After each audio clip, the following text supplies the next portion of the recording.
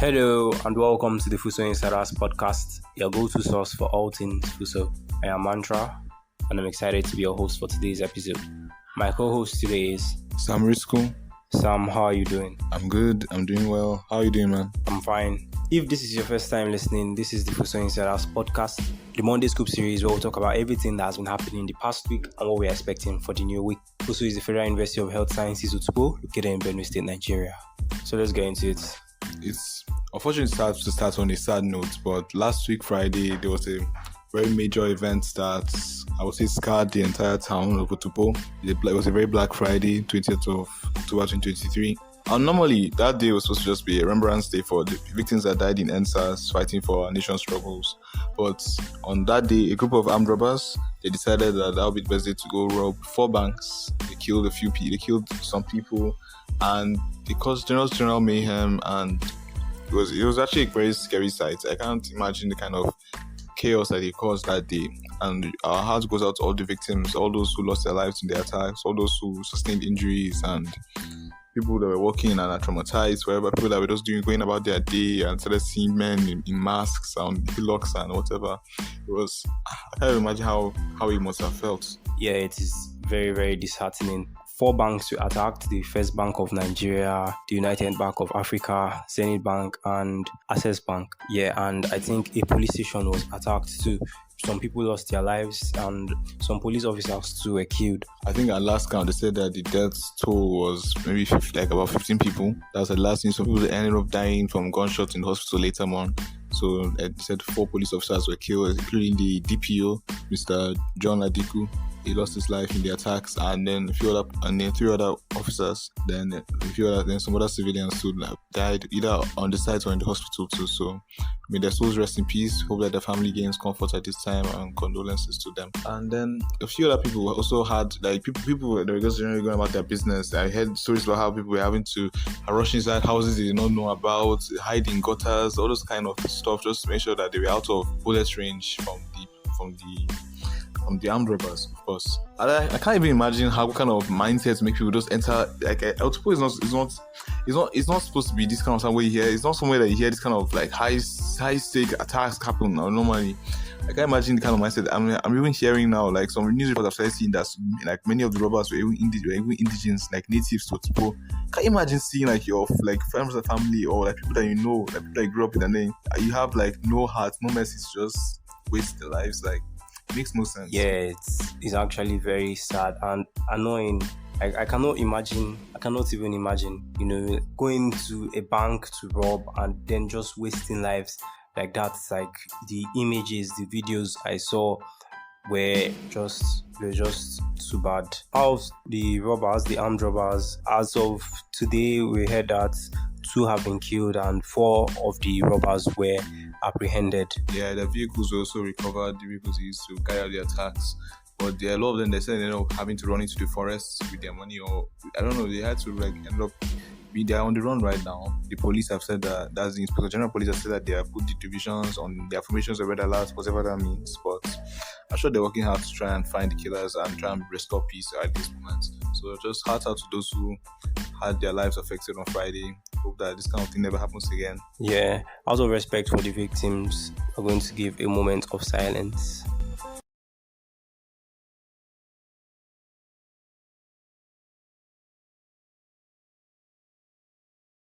Alright, so it's Monday and this is the exam week, and some students are starting their exam today, having their very first papers today. I think the 100 level B and the 200 level. The 100 level B, I think they're writing GAS, and also some 200 level students writing GAS, chemistry, biology, and also physics. So all those papers today and for the rest of this week, I also hope that you prepared well, you studied hard, and in the end, may all your efforts crown with success. We wish you well in your papers as you write them. Success to you, and the best wishes to all of you. We wish you all the best. We hope that you excel in your exams.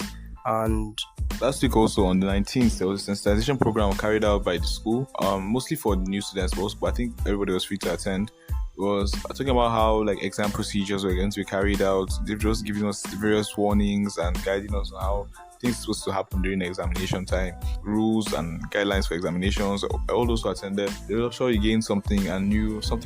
Because I don't want the kind of situation where you enter exam hall and then you're going to do something and the next thing you know you're having to face panels like Senate meeting because of something you didn't even know about. So the sensation program was actually very insightful in a way. Just new instructions showing that things are actually quite different here in Otupo, with the way they space students out and like information scattering and all those other things that happen during exam time here. Yes, to make sure you are very prepared to write your exams, make sure you are with everything you need to go into the exam hall with, like your ID cards, clearance forms.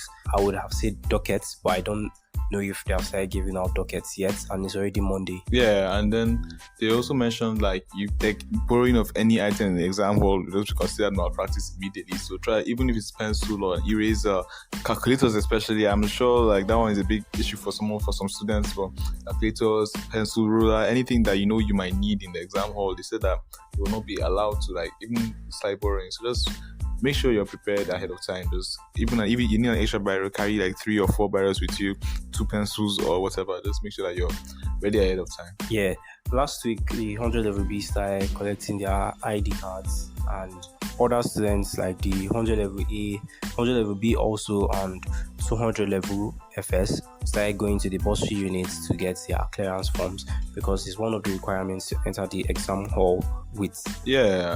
I'm sure. I don't know why FUHSO always waits to do these kind of things like at the last minute. I'm sure even last semester it took them so long before they finally got us our ID cards. That's 100 level A students. So at this point, this is the week before examinations, but at least they're finally able to produce them. They've given a lot of people out their ID cards already. And then make sure you're happy with you. Don't forget it in hostel, because I know that race to rush back to hostel. There are people that have to rush back to hostel on the day of examination, pick up the ID card and come back to hall with it. So just make sure that you always carry with you. Be conscious of like time and everything. And then I think they also started issuing financial clearance slips, the clearance forms on Friday. Actually relating to what we spoke about earlier, a lot of people had to go to the banks in town to get to get some things sorted out before they came back and submitted their financial clearance slips. So it's just like, I think by the grace of God that we don't have any FUHSO students having to report that okay they got shot or God forbid the loss of life. So just thank God that yes, we had 0 casualties from FUHSO so far. But about the financial clearances, people were also thrown off guard by the school's demands finally or just suddenly on Friday. So a lot of people had to be rushing to banks in between, calling home, and just to make sure that everything was set before exam week today. Yeah, what a week. And like we said, this exam week, I think every FUHSO student will be writing an exam except the 200 level MBBS students. And during the exam week, that is this week and the next week, I think the 200 level MBBS might not be having lectures. So for those who are not starting their exams today, remember to stay focused and take care of yourselves. Don't forget to study and take breaks when you need them. Remember to rest. You all have what it takes to succeed, and we believe in you guys. We wish you guys good luck. When it's exam time like this, you see a lot of people want to burn the midnight candle and wanted to do TDB. Actually, the presenters at the sensitization program actually spoke about how dangerous things like TDB are in the middle of examinations. Maybe if you have a free day before a paper, like I know there are some days that not every class has papers or papers in the morning. You can maybe plan your TDB around those times. Then the nights before your exam, please try to get some rest. Like even if it's, I know it sounds small, but even if it's 3 hours, there are people that go to exam hall with like 30 minutes of sleep, and your body is not a machine. Your brain needs rest too. So just try as much as possible to get some form of rest before the paper time. Yeah, it might be very tempting to go for TDB. Like TDB means all-nighter, like till daybreak. So people that go to school or even in the hostel do all-nighters before maybe a test or an exam. TDBs they might be effective to some. Spoken by the Lord of TDBs. I've gone for TDB a few times. But a few times, man. But like you should definitely never go for TDB or do TDB in your hostel or wherever the night before your exam or a big test or something like that. It is very tempting, especially when you see there's a lot that you need to cover in this short period of time and you just want to like spend more hours studying. So, and for those of you that would want to do TDB this exam period, here is how to pull off an all-nighter if you have to. by Tamiteo of UBC. We hear around that we should always try to get like about 8 hours of sleep. Yeah, 8 hours. In FUHSO, like how many hours of sleep do you think? 4, 3, 5 on a good day. Yeah. Sometimes 8 hours of sleep feels very like unrealistic. Honestly, sleep is like one of the most important things that we should do. Yeah, if we want to get the most out of our studies, we should make sure that we sleep, because that is when the things we learn throughout the day go from the short-term memory to the long-term memory and other brain science stuff. But of course, if we want to be ideal students, we have to like sacrifice some hours of our sleep, as there are other things we need to do as students that may not involve studies and schoolwork and all of that. It may be difficult to get the ideal number of hours of sleep, that is to get maybe 8 hours of sleep every day. And sleep is very important. Like if you deprive yourself of sleep every day, it may cause problems with learning, memory, and even your mood. But in the occasional instance where sleep is the luxury you cannot afford, here are a few ways you can pull an all-nighter or TDB in the least unhealthy and most productive way possible. First of all, make sure you get a good night's sleep the night before or the day before. It is never a good idea to do TDB while running low on sleep. Second, avoid caffeine if you can. Now, when I say caffeine, you might be thinking coffee, and yes, that's true, but even energy drinks like Fearless and the rest, it can result in a bad crash later in the day. Instead, stay hydrated by drinking tea or water. Find a motivated friend to study with. It is much easier to stay awake when you have to keep yourself accountable to each other. Study in a brightly lit area. Keep your phone or computer's brightness setting on medium and try to focus on an object far away every 20 to 30 minutes. Remember the 20-20-20 rule that was mentioned in the last episode. It will help to reduce the strain on your eyes from staring at a bright screen for long periods of time. Work at a proper desk with a chair as far away from your bed as possible. Make sure to sit upright. Now, this is one thing I have also learned. Try to avoid reading on your bed, especially if you want to stay awake for long. Take breaks often, at least every hour. Get like 5 minutes to walk around to keep the blood flowing, to make sure that you stay awake. It helps you. If you are very, very tired, it is okay to take a nap during the TDB. You can take like a 10-minute nap, a 5 minutes, 15 minutes, 30 minutes, just to make sure that you have given your brain the opportunity to rest. Just make sure you set an alarm or have someone there to wake you up. And lastly, be honest with yourself when you hit the wall. Now, admit to yourself when no further studying is going to help. Sometimes we reach this point and we just keep on going, but like at this point it will be far more productive to go to sleep and wake up earlier in the morning to study. Make sure to go to bed early in the evening after your all-nighter to give your body a chance to recover.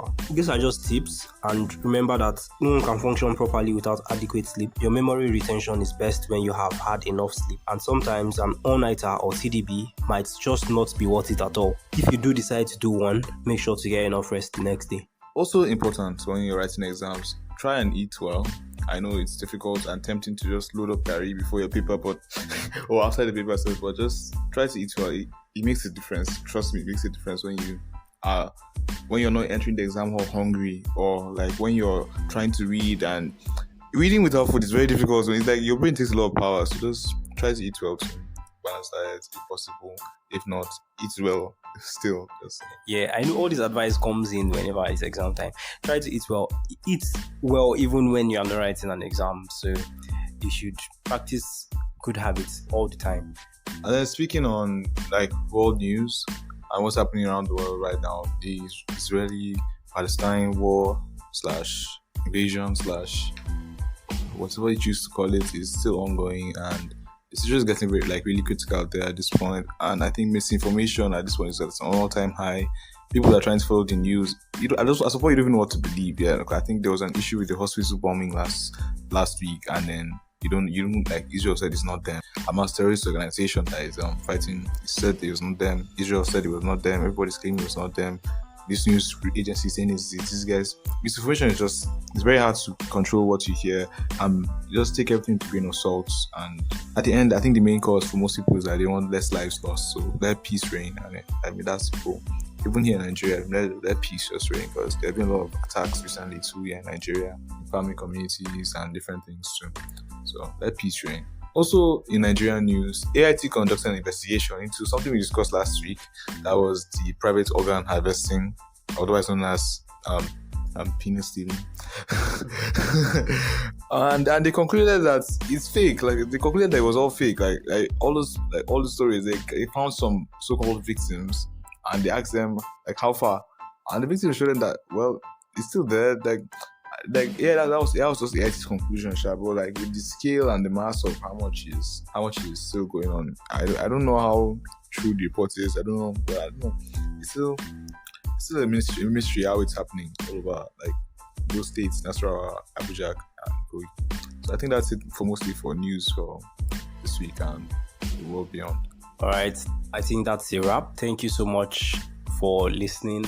Do remember to prioritize your hygiene. Make sure to study and get enough rest. If you enjoyed this episode, don't forget to share it with your friends. You can check out our Student Spotlight series on YouTube, and also the Monday Scoop series is now available on YouTube and on YouTube Music. Let us know what you think about this episode in the interact section or the Q&A section on Spotify. You can follow us on all of our social media platforms at FUHSO Insiders on most social media platforms: Facebook, Instagram, TikTok, Twitter, Threads, and subscribe to our YouTube channel so that you don't miss any updates from us. Until next time, don't forget to stay curious, stay creative, stay engaged. Also, stay safe, please, and stay focused. Exam no be joke.